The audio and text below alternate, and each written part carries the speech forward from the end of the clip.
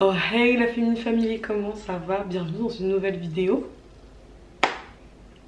Yes! Aujourd'hui la Féminine Family, je veux vous présenter 5 tips santé qui vous permettront d'être plus déjà belle, plus heureuse, plus saine, avoir une meilleure santé mentale, un meilleur tout quoi. C'est vrai que la plupart d'entre nous on a un peu tendance à négliger un peu notre santé physique en mangeant n'importe quoi, en faisant zéro sport, en commandant tous nos repas sur Uber Eats.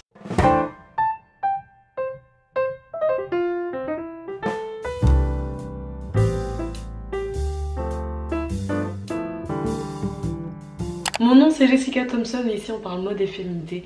Si ces deux thèmes qui t'intéressent, n'hésite pas à t'abonner pour voir plus de contenu comme ceci. Alors le premier point santé qui est très important pour que toute femme féminine doit faire, c'est de dormir minimum 7 heures par nuit. Les Français dormiraient en moyenne 7h05 en semaine et 8h10 le week-end. Cette étude a quand même réalisé que un quart des Français se disaient manquer de sommeil, surtout dans les jours de travail, et qu'un tiers d'entre eux souffrent de troubles du sommeil. Et les filles, un manque de sommeil, ça peut créer toutes sortes de dysfonctionnements dans notre corps, tels que la production d'hormones et de molécules. On va pas commencer à partir sur un cours de chimie ou biologie, mais justement ces hormones qui peuvent en fait donc créer des cancers, qui vont augmenter le risque de crise cardiaque et d'autres risques comme l'hypertension artérielle, le cholestérol, le diabète et l'obésité. Donc dormir, ça permet en fait d'éviter déjà tout ça, et c'est bien en fait pour le fonctionnement du métabolisme entier de notre corps. Donc comment vous voulez fonctionner la journée en fait si vous dormez pas, parce que dormir ça permet de te reposer, de te construire, de continuer à te reconstruire, d'analyser des infos que tu as eues,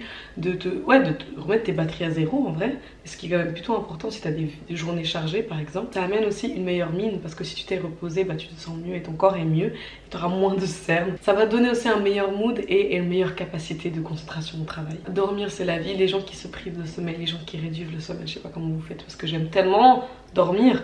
Genre dormir ça me rend vraiment heureuse. Genre dès que j'arrive dans mon lit je me sens vraiment... C'est le moment pour moi justement où je me repose, où je pense aussi. Ensuite mon deuxième point qui est très important pour la santé, ça va être de manger des aliments sains. J'aimerais juste placer un truc les filles. Pensez juste quand vous mangez. Le but c'est de se nourrir et pas de se remplir.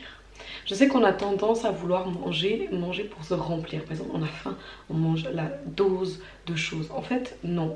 Par exemple, j'ai l'impression qu'on mange aussi par rapport à notre niveau de faim. Des fois, on a monstre faim, du coup on mange beaucoup.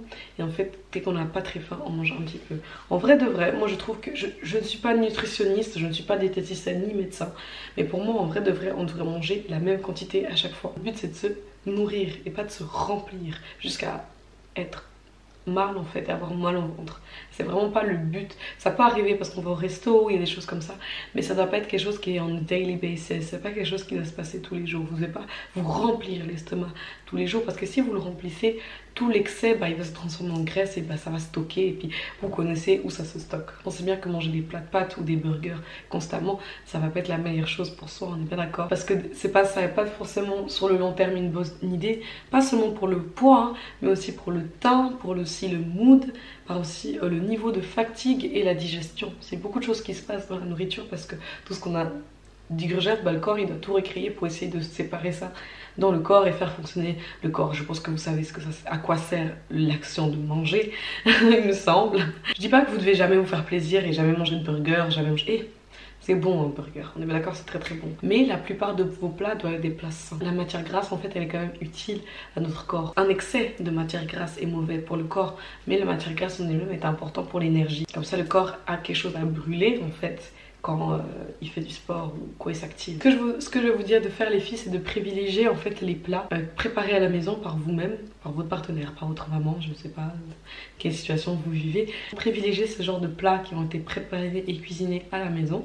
Parce que déjà vous savez ce qu'il y a dedans premièrement, et de le compléter avec des éléments qui sont nécessaires pour votre métabolisme. Ça veut dire qu'il faut qu'il ait assez de glucides, de lipides, il y a quoi encore, de protéines, de tout ça là. Et vous allez faire ça en ayant une alimentation variée, en choisissant en fait des aliments qui font partie de différents groupes dans la pyramide alimentaire. Donc je vous laisse aller voir sur internet qu'est-ce que c'est une pyramide alimentaire.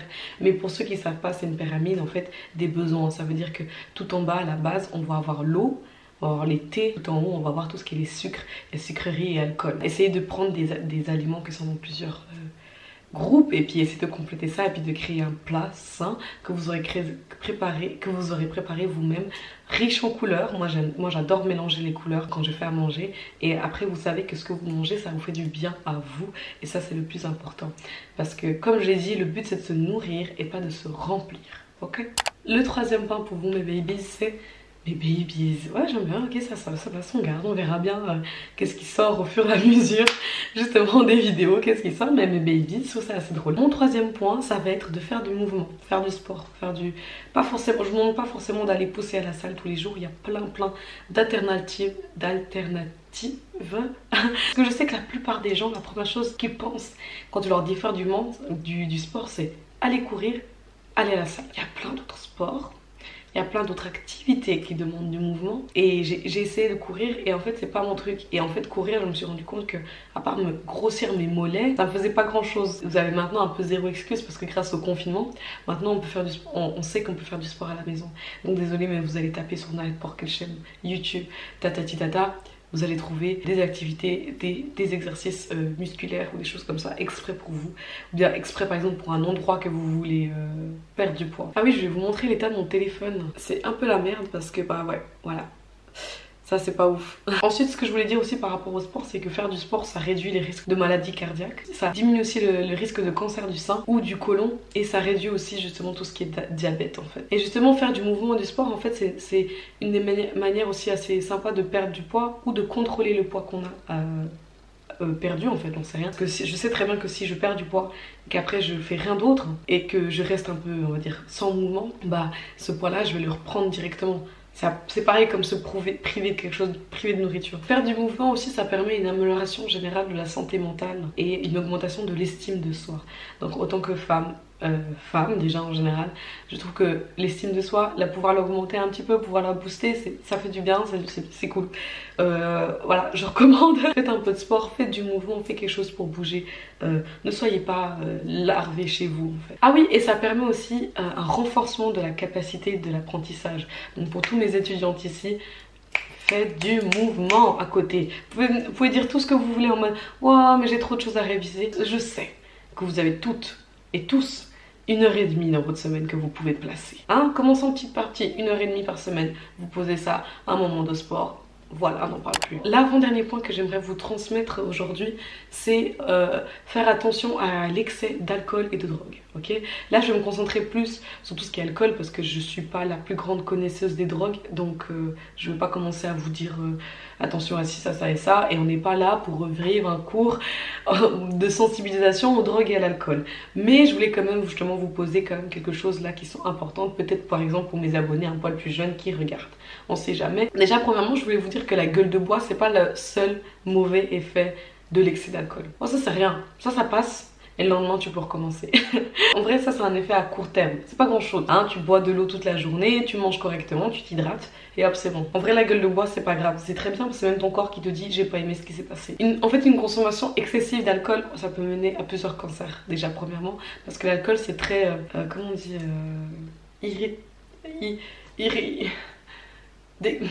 c'est destructeur. Vous pouvez ça vous faire des cancers de la bouche, de l'œsophage, ça c'est l'œsophage en fait, ou de la gorge aussi. Ça peut amener des maladies du foie et du pancréas, ça je pense que c'est quelque chose que vous savez déjà. Ou ça peut amener encore à d'autres maladies du système nerveux ou encore des troubles psychiques, que ce soit l'anxiété, la dépression ou l'irritabilité. Un drôle de nom ça, l'irritabilité. Bref, les gens qui sont irritables. Ça augmente les risques des crises cardiaques, et voilà, tout ça. Buvez de temps en temps, buvez avec vos amis, buvez pour des célébrations, que ce soit justement mariage, anniversaire, voilà. Profitez quand même du moment et profitez surtout aussi de votre jeunesse quand même, hein, on est bien d'accord. Même si je dis pas qu'il faut justement pour ça aller se boire la gueule, aller se péter la tête tous les week-ends, on est bien d'accord, ce n'est pas le but. Mais surtout, et ce que je voulais dire aussi, c'est que sachez vos limites d'alcool pour éviter, peut-être va falloir les tester, moi j'ai dû les tester, hein, c'est pour ça que je dis ça. Peut-être va falloir un petit peu les tester, un petit peu jouer avec, on va dire ça comme ça.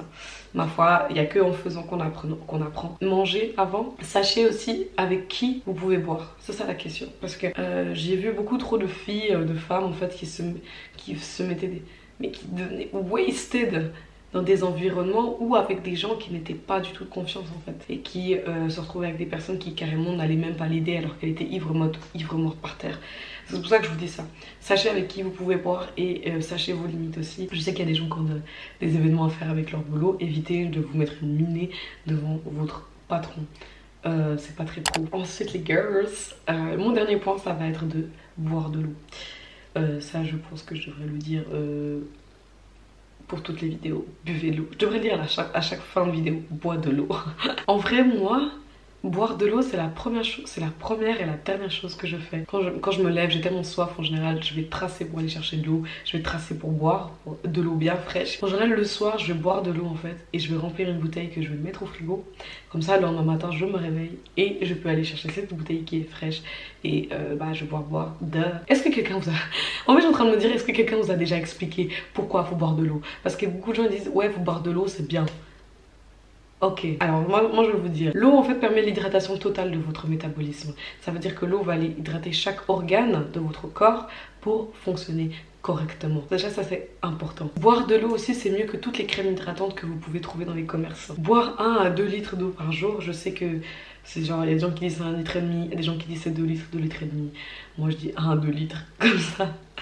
On est entre deux, tu sais. Ça permet en fait d'avoir un meilleur teint, un teint beaucoup plus illuminé, un meilleur sommeil aussi pour revenir au sommeil, donc qui est quand même important parce que voilà, tu bois de l'eau, t'as un meilleur teint, t'arrives mieux à dormir, t'as pas de cernes. Donc c'est à dire qu'en dormant bien et en buvant de l'eau, vous avez déjà réglé beaucoup de choses au niveau beauté que vous voulez régler, c'est-à-dire un teint lumineux et 0 cernes. Boire de l'eau aussi ça permet d'éliminer tout ce qui est toxines, donc toutes les choses mauvaises qu'on a pu ingurgiter, je sais pas, par exemple je pense aux fumeurs. Ça permet aussi de garder la ligne, mais attention je vais vous expliquer pourquoi. C'est pas juste boire de l'eau qui va vous faire perdre du poids. Boire de l'eau en fait ça donne plus rapidement un sentiment de satiété, donc un sentiment de j'ai assez mangé. Pour revenir un peu au thème d'avant, par exemple boire un verre d'eau avant les repas, ça permet justement d'avoir ce sentiment de satiété qui vient un poil plus vite et donc qui va nous empêcher justement de manger pour 4. En fait on arrivera plus facilement à se dire j'ai assez mangé, parce que c'est fou hein.